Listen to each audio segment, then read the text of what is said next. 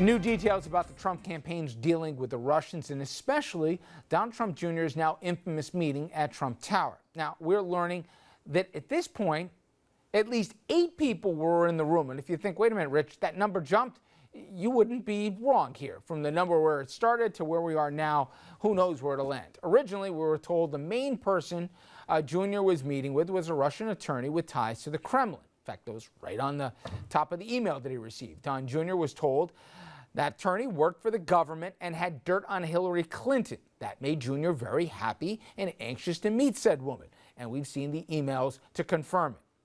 First problem. And Rob Goldstone, he was also there, set the thing up via email. We've read those as well. Goldstone, he's a publicist and a former British tabloid journalist. Like these characters out of a bad sitcom. Anyway, then we found out a former Soviet counterintelligence agent also popped by at the Trump Towers and sat in the meeting. He's also been accused of orchestrating computer hacking rings. I can't make this up. Then using the hacked materials as part of alleged black ops smear campaign against a mining company. This man was also in the room.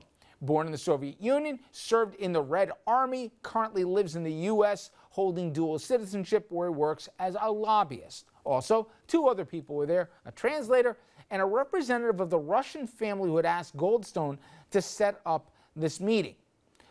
Well, what does the president have to say, or more specifically his attorney? Well, they went on the Sunday talk shows, did Mr. Sekulow, and he actually tried to throw the Secret Service under the bus. Here's the clip. Well, I've wondered why the Secret Service, if this was nefarious, why did the Secret Service allow these people in? The president had Secret Service protection at that point. That raised a question with me. Stop digging. Here is the Secret Service's statement in response to that. Quote, Donald Trump Jr. was not under Secret Service protection in June 2016. Thus, we would not have screened anyone he was meeting with at the time, end quote. Speaking of attorneys, Donald Trump's campaign paid $50,000 to a law office now representing Don Jr. That started more than a week before news broke about the meeting with the Russians. That also opens the very obvious next question: who knew what and when? And White House Press Secretary Sean Spicer, the most thankless job in Washington, during an off-camera briefing today, because that's how these things go nowadays, he still is saying the meeting was about adoptions. Take a listen. It is quite often for people who are given information during the heat of a campaign to ask what that is. That's what simply he did. The president's made it clear through his tweet. And there was nothing, that, as far as we know, that would lead anyone to believe that there was anything except for a discussion about adoption of the Majinsky Act. Also, except for everyone else that says that, including the administration, it was not about adoptions. It was about dirt on Hillary, which is right there in the email. Anyway, Washington Post columnist Ruth Marcus just wrote a column about Trump's legal strategy, or lack thereof, and the legal team. Now, I'm going to read a portion of it for you. Pay attention to what Sekulow is saying. You can deduce the disturbing outlines of where the president's legal team may be heading. As Sekulow made the rounds today, on Sunday I should say, he signaled the expansion of the Trump team's assault on former FBI Director James Comey, and in turn, on the legitimacy of Special Counsel Robert Mueller III. This is worrisome because it lays the foundation for firing Mueller and/or issuing pardons and declaring case closed. If that happens, what will the Republicans do? Will there be a line in the sand that even they won't be able to cross? And before anyone says, oh, this is the conspiracy theory, this fits the MO of this president. And we've seen this more than a few times here. When he's got nothing to lose, he says, why not? Appearances be damned. It also fits the MO of the Russians. And I think there's something that's obvious but overlooked a lot in this meeting, is that until this meeting became public, it was private, meaning that the only ones who knew about it were the Russians and the Trump campaign. Yep. And there was evidence in there, the email evidence existed. The Russians had leverage over the Trumps at that point. You know, that's the question. They're blackmailable when you have something like that to hold. And that's a really important factor. I think we're not talking about it enough. But yes, I think it's conceivable that Trump would do something like that. It gets worse every day. There's more information that gets revealed every day, and I think as Mueller's team, they probably know, gets into financial arrangements, et cetera, offshore things, Russian investments in Trump properties, it's going to get difficult for them. Nixonian has been thrown around quite a bit in the last few months. Certainly go to the Nixon years when that happened. Before, there was resignations, before people that refused to carry out terminations. I think, and I've been proven wrong many times on this, I think it's a bridge too far for Republicans in the Senate. It's not just McCain or Graham, the Sass. I can name a whole bunch of them, Collins and the rest. Whatever people thought of Comey, and I think most people thought and were shocked when he was terminated, I have yet to hear one bad word from anybody about Bob Mueller, okay? And if he went to that line, first of all, the president hasn't become an asset for the Republicans on Capitol Hill. Moreover, then you're getting attached to something here that I think has more than a whiff. I think by now people know the story. Even the general public they're looking into Russia. This is the guy's job. All of a sudden he gets too close to something, he gets fired. This is more simple than a plot on House of Cards. So people can follow around that this thing stinks. I think a bunch of Republicans would break ranks. I'm not entirely sure, and a couple of reasons. One, I go back to the only historical precedent that we have for this, which is Watergate. The Saturday Night Massacre, the firing of Archibald Cox, led to a bunch of calls for impeachment, and it certainly moved the Democratic base and a few moderate Republicans who were in the middle. But Republicans still didn't get on board until there was concrete evidence that the president had obstructed justice. There was an actual audio tape of the president admitting he had obstructed justice.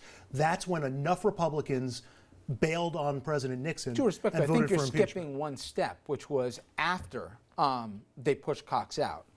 Everybody in the Senate agreed the investigation wouldn't go away by itself. They put more resources into it and put basically But that's different from enough of a political momentum to put a move on the president. The other factor. I'm not saying impeach him, Andrew. I'm saying if he tried to push Mueller out and he finally found somebody who'll carry through his orders here, because I think Rosenfeld, whatever, Rosenstein, he'd resign. I think a few others would too before they carry that out.